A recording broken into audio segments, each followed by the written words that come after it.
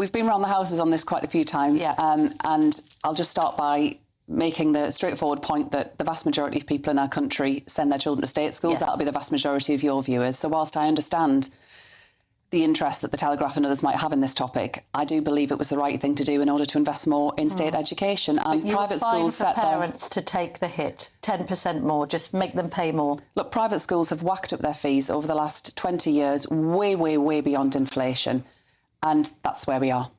How many private school pupils have been forced out by your policy, do you know? So we do keep track of the numbers. There's been some numbers reported in the last day or so from the Independent Schools Council, which we don't accept. We don't think are the numbers that we would recognise. The numbers of We've got 25,000. Yeah, we don't accept that. What we have seen is that more children are getting their first choice in a state school this year, and also the numbers in terms of movement that we've seen are in line with historical trends. We've actually seen more private schools opening in the last year than closing. Well, how many have closed and how many have opened?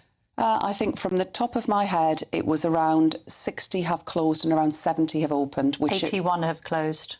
Okay. 70 have opened. We could be talking about different time periods. OK, but more schools appear to have closed than opened. I mean, is it a good policy to have a school closure at the end of it?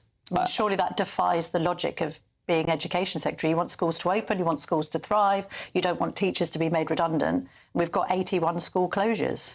I don't know what the time period is for that, because every year we see significant numbers of private schools closing and more opening. That's always been the case. That's consistent with what we've seen over many, many years. And that's because, you know, as you say, private schools are businesses. They're competing for places. They make an offer to parents. If parents don't choose to buy what they're selling, then, like any business, they make decisions. Well, maybe they can't afford to buy what they're selling because VAT has been added to the fees. Well, it's, you know, in a market economy, people can make choices about how they spend their money. If they choose not to buy a product or a service, then the business has to adjust their model. That's the way it works.